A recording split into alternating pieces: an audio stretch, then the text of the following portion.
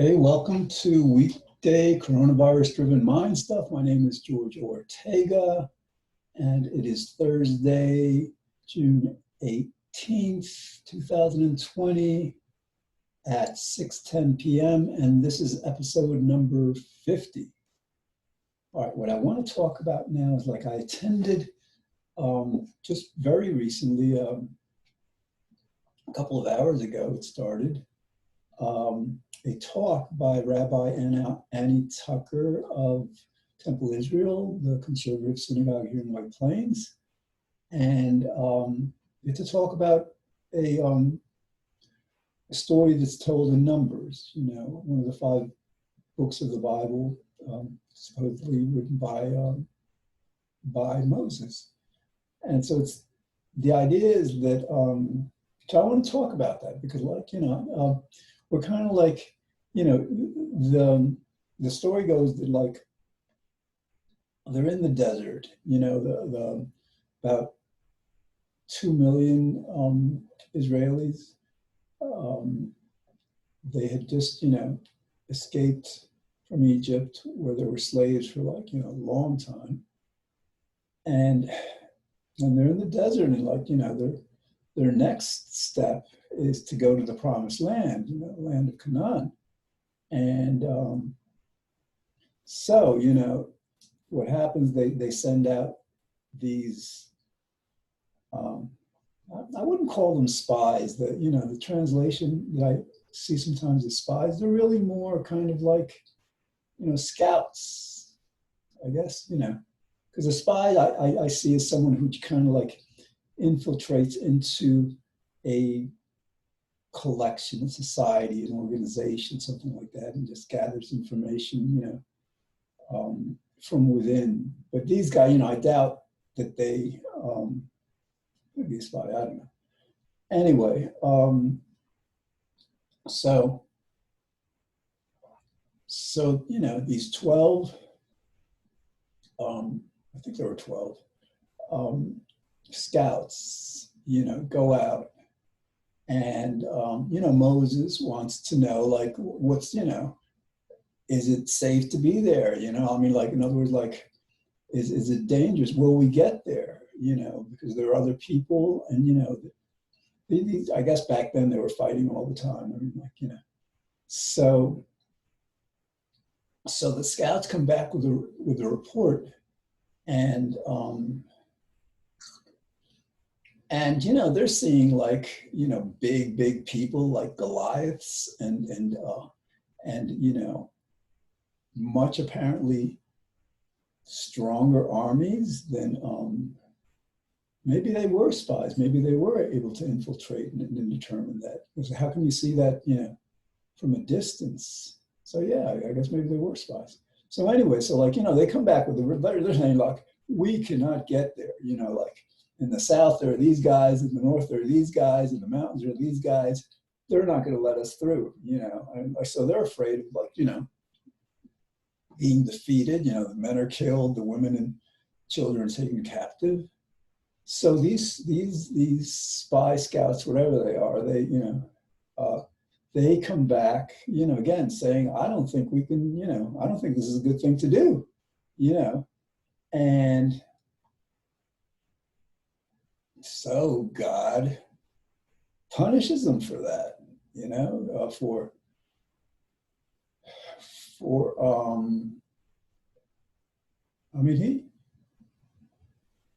he punishes, punishes the whole people, for what these 12 guys did. And, I'm not sure how fair that is. But the punishment is that the generation, who are of the age of the scouts, the parents, I guess, were condemned to just stay in the desert for 40 years, before getting to Canaan, right? And they weren't going to make it. They were going to die in the desert. Their kids are going to make it to the promised land. So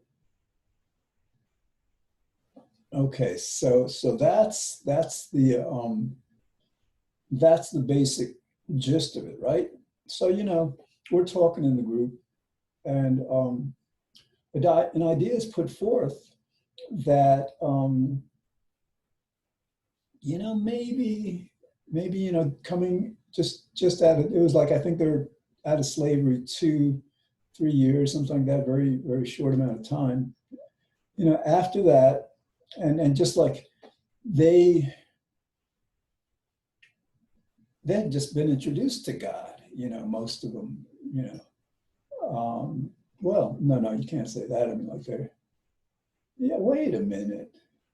So this is the time of Moses. It's not like it's the time of Abraham where everything's getting going. So, all right. So I think at this point, God, he frees them from Egypt. Like he splits the Red Sea so they can go through, and then he drowns all the Egyptian soldiers. It's like, and everybody witnessed that. So I think at this point, God is saying, like, I need you guys to like have faith that what I say is safe to do, is good to do. So oh yeah, no, it wasn't just, no, I got something wrong. It wasn't just the 12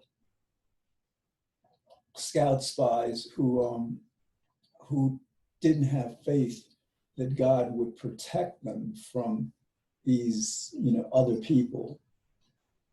These scouts pretty much convinced the population to to have that same fear.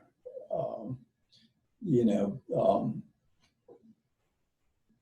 yeah, so like, and so some of them are thinking, we're better off in Egypt as slaves rather than just like, going out there and getting killed on the way. All right, but back to the so this punishment, and again, the idea was put forth that they weren't ready, they weren't developed enough as a people in terms of faith, perhaps in terms of courage. Because here's the thing that came to me. And it didn't actually come to me fully until after the class was over. Otherwise, I might have suggested this, but the idea is, I mean, God miraculously saved them from the Egyptians, right? So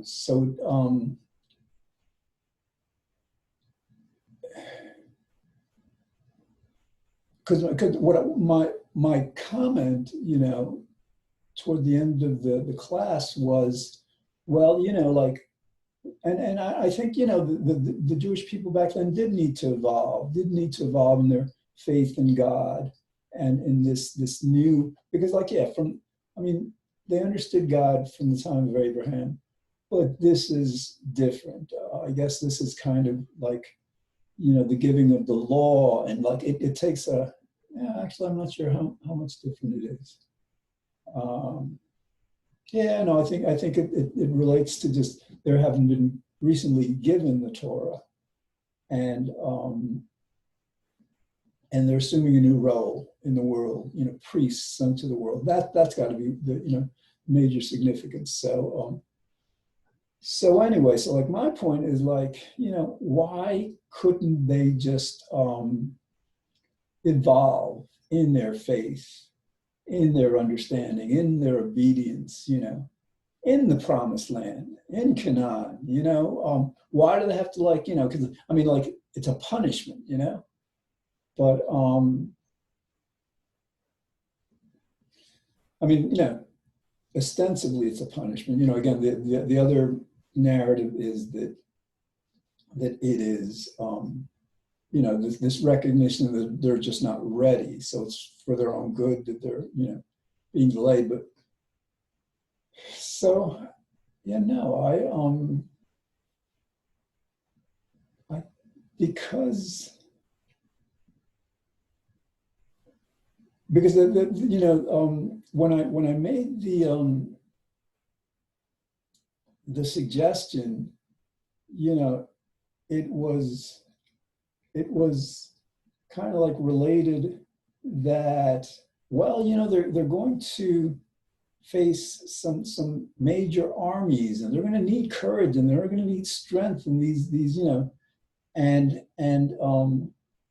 they can't, you know, they're going to need it before they get to the land of Canaan, you know, on the way, not, you know, they need to learn these things now, and they can't go there because, you know, they're going to have to fight these people. All right, but the thought that came to me afterwards, after the class was over, was that,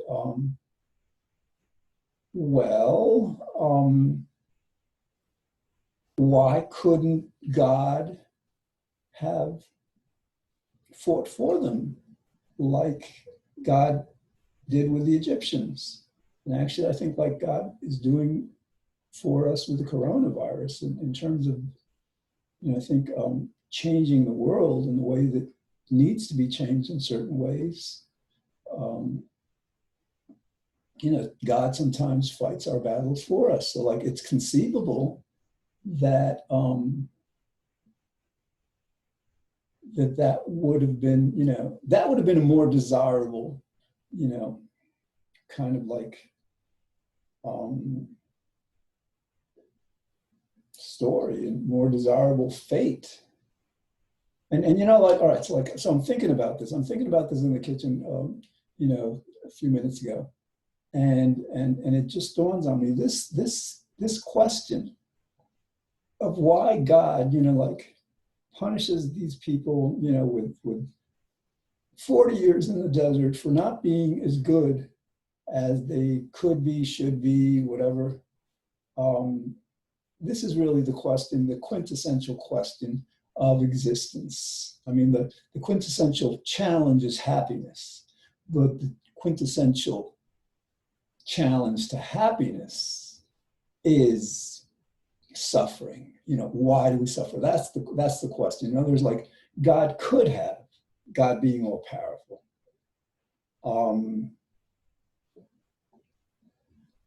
given them, you know, endowed them with faith, courage, whatever qualities they would need to be able to go through the desert successfully, you know, into the land of Canaan.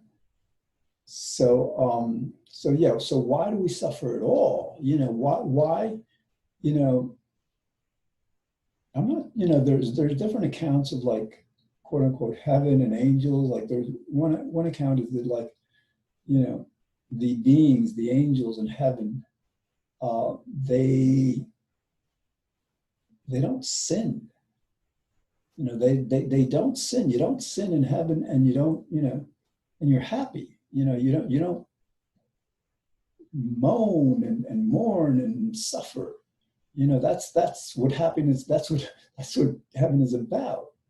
So the question becomes for us. Well, you know, like why, if you know we acknowledge there's this place that seems to work really well where people don't sin and don't suffer, why can't we have that here on earth? And it's interesting. Sometimes you get, you know, the standard response is, well, you know, like, wouldn't it be boring if you know, if we were all good and all happy all the time? I mean, like, you know, what would be the point? There's no challenge and stuff. But think about it. I mean, why does there have to be a challenge? I mean, does there have to be a challenge? I mean, there's a, you know, there's a way of thinking with fiction that in order to have a story be compelling, there has to be conflict. You know, meaning in this case, something to overcome. You know, something to fight up against, to succeed with. I'm not sure I buy into that. I definitely don't. You know, let me, you know, I definitely don't buy into that. I mean, this is the way the world is, but, you know, I'm not sure one could rationally and reasonably say this is the way the world had to be or has to be. You know, if God is all powerful, God could, in a way that we would deem miraculous because we wouldn't understand it, he could endow us all at any moment of this reality with a supercharged conscience. You know, this conscience that all of a sudden, you know, like not only are we much more adept at understanding right from wrong, we're also much more successful in staying within the right.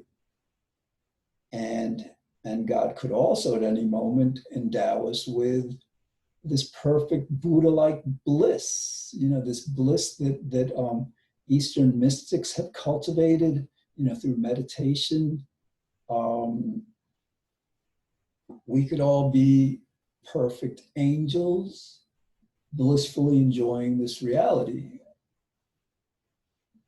Theoretically, you know, in other words, there's you know, God could do this, you know, God being all powerful. The laws of nature could be such that would be, you know, just, you know, very easy actually, you know, just like, you know, yeah, you're really good now, you're really happy. I mean, that's so, okay. But again, I think and sometimes the problem in creating a much better world is because people sometimes adopt that concession, that conciliatory, that matter. It's a defeatist kind of perspective. In other words, like, as long as we have pain and suffering in this world, let's not question, you know, the need for it. You know, in other words, like, if we say to ourselves, well, you know, it really shouldn't be this way, and you know, it's kind of like an upsetting kind of conclusion or attitude to hold, as opposed to saying to oneself, this is the best of all worlds. I mean, yes, we have suffering, but it has a purpose, and this is the purpose. Now, naturally, all right. So, and yeah, so let's get to this, you know, fundamental issue of suffering. So, like, and you know, the purpose of suffering. So, like, all right, again, so the purpose of suffering, of course, is to bring us back to God, which is to make us better people, you know, to, for example, make us more compassionate. Sometimes when things go too well for us, we lose our sense of compassion. We don't feel so much pain ourselves, so we lose touch of the fact that others are in pain. And actually, I think that's the stage where our world is at now. We've been so blessed that we have lost our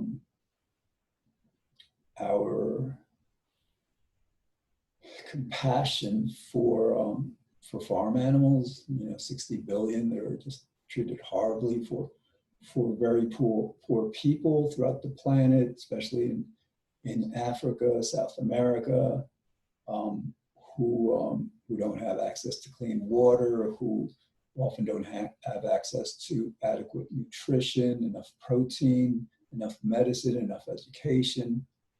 You know, we and naturally we are in our comfortable, blessed lives, we're ignoring the fate of future generations with regard to climate change. So so that's the state. So, like, you know, again, though, I would challenge this notion that that suffering is necessary, or that it's necessary to grow. You know, in other words, like, for example, like some people say, well, if we didn't have these challenges, if everything was given to us, we wouldn't appreciate anything, you know, or if we were in perfect bliss, you hear this one a lot here, if we were in perfect bliss, that would get boring. Okay. to this second one. No, by definition, if you're in perfect bliss, it can't possibly be boring. Okay, so that's the answer to that. And in terms of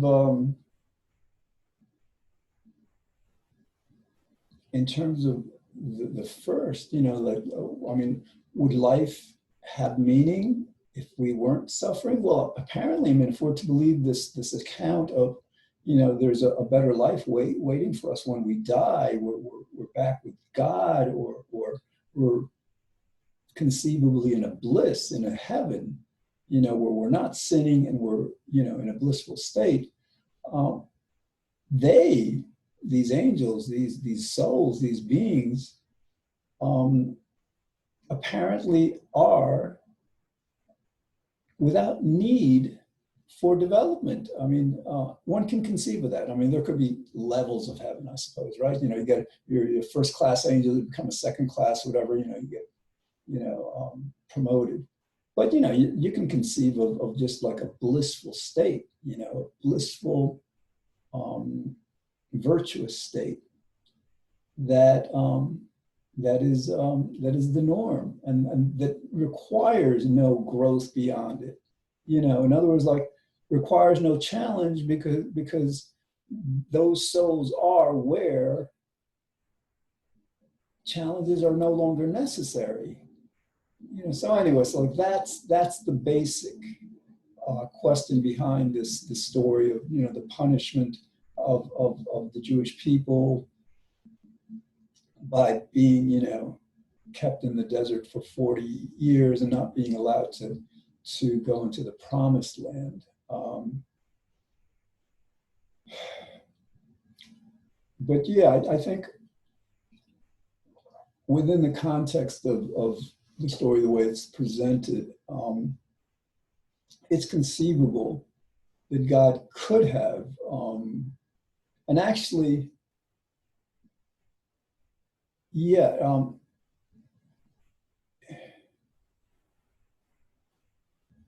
yeah, it is, you know, so apparently they didn't have enough faith that God would, you know, if necessary by the miraculous means, like splitting the Red Sea, protect them from these people. I mean, that's you know, that could have been their faith. I mean, some people would suggest that that the Jewish people back then needed faith in themselves, you know, that they could prevail against these stronger, bigger, you know, more forceful armies.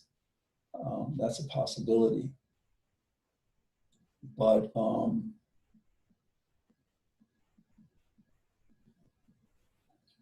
and you know, I guess I'm yeah, that's, you know, asking why it had to be that way. Why couldn't they just be, for example, if they were saved once, you know, again, from the Egyptians, why couldn't they have been saved completely? And why would they have to develop this this greater courage and faith, which is again to ask, why couldn't they simply be endowed with it? You know, if God wants a people, the Jewish people, any people, to have greater faith, you know, God can do that. And then, you know, you ask, well, why doesn't he? And then again, the standard answer is, well, because like it wouldn't be meaningful. But no, think about it. I mean, God can make our lives as meaningful as we need them to be, you know, any way he wishes, at any time he wishes. So, so yes, we could have a life that that has no challenges, you know, none at all, you know, that everybody's like completely virtuous, completely blissed, and there's nothing that really needs to be done. I mean, granted, this is not the nature of the world we live in. You know, you know, the laws of nature and just our biology argue against that. But from a philosophical, general standpoint, that is the proper response to the question of suffering.